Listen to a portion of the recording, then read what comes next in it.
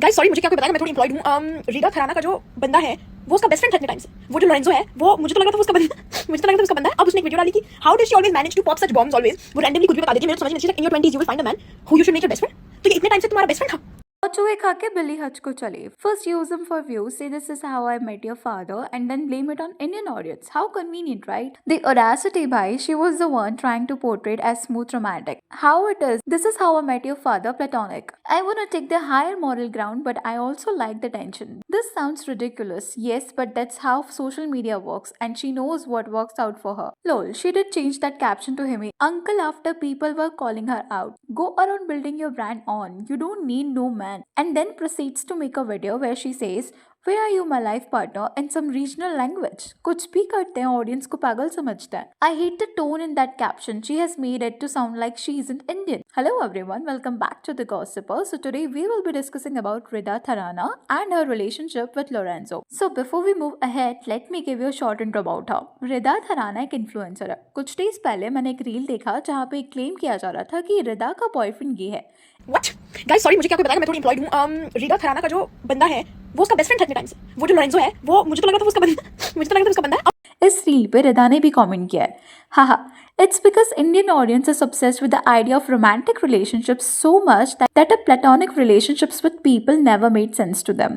If there is a man next to you, he has to be a boyfriend or nothing. Also, over my dead body will I post my man on Instagram so frequently. यहाँ पे ना रिदा का कहना है कि अगर किसी भी लड़की को लड़के के साथ देखा जाए तो लोग तुरंत अज्यूम करना स्टार्ट कर लेते हैं कि वो उसका बॉयफ्रेंड ही होगा. रिदा ने कई बार लोरेंजो के साथ वीडियोस पिक्चर्स पोस्ट किया है और उन पिक्चर्स में कैप्शंस भी ऐसे होते हैं, how I met your father.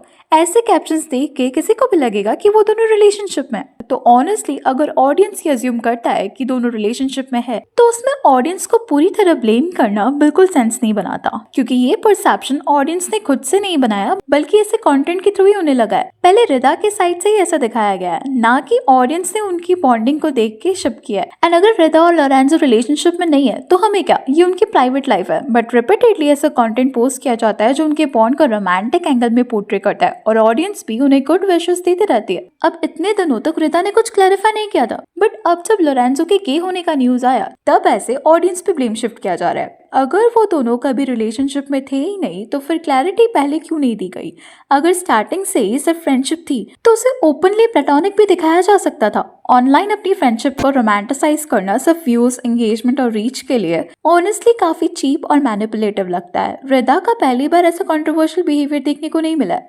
Past में कई बार ऐसे कंट्रोवर्सीज क्रिएट हुई है. जैसे कुछ मंथ्स पहले जब रिदा की आंटी की डेथ हो गई थी तब उसने रोते हुए रील पोस्ट किया था. एंड मैं समझती हूँ किसी अपने को खोना कितना ज्यादा पेनफुल होता है, बट ऑनलाइन ऐसे रोते हुए रील पोस्ट करने का कोई सेंस नहीं है, क्योंकि मरने वाला इंसान देखने नहीं आएगा कि आपने रोते हुए वीडियो पोस्ट किया या नहीं. आज की डेट में किसी की डेथ पे ऑनलाइन रोते हुए रील अपलोड करना एक ट्रेंड बन चुका है. हर कोई कैमरा उठा के सबके सामने रोने के लिए आ जाता है just in order to gain some sympathy. And अगर किसी का भी डेथ होता है तो कोई भी अपने आप को ऐसे रोते हुए क्यों रिकॉर्ड करेगा और ऑनलाइन पोस्ट करेगा. ये सब सिर्फ व्यूज के लिए चीप बिहेवियर लगता है. रिदा ने कई बार फेमिनिज्म के नाम पे मैन हेटिंग स्टेटमेंट्स दिए हैं और इनडायरेक्टली वो फेमिनिज्म के नाम पे most of time man hating reels upload करती है. जैसे कई बार उसने अपने रील्स पे बोला है, the audacity of a man that he can tell me what to do bro, I don't even listen my own father.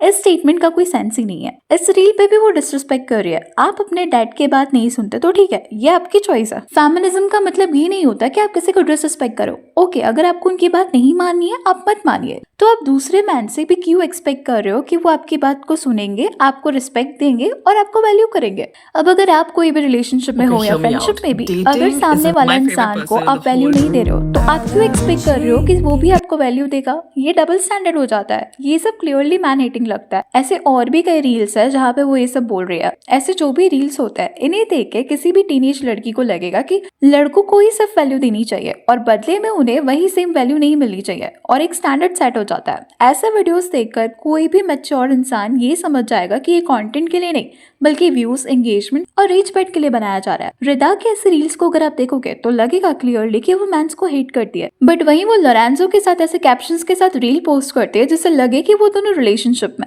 और जब ऑडियंस उन्हें कॉल आउट करने लगती है तो उस वक्त अकाउंटेबिलिटी लेने के बजाय ब्लेम ऑडियंस पे शिफ्ट किया जाता है, जैसे कि पूरी गलती उन्हीं की हो.